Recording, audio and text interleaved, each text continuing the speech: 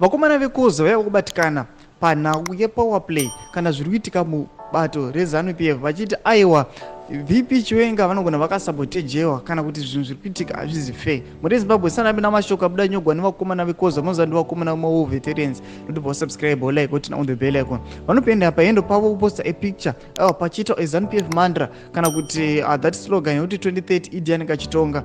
This is a recent video. Vanobva vanyora vachiti General Chiwenga saved him in 2017. Now he is the target.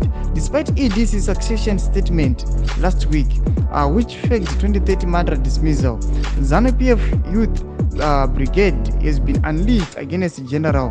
These anti-VP slogans were chanted in the presence of the NPC Machacha today. Politics is a dirty game. Ndo mashukano anyora pana zvinzi aiwa VP Chiwenga ndo vari kuendwa nawo against mantra iri kuitiwa neZANU-PF vachiti 2030 Idi Anika Chitonga iri kuenda against VP Chiwenga vachinyatsokudepict kuti aiwa VP Chiwenga munhu afanira kunyatsokubuditsiwa mumap anyatsokubuditsiwa mugame vachiti aiwa ndiye akavabetsera vakomana kuti vapinde but izvezvi he is now the target akuenda against him.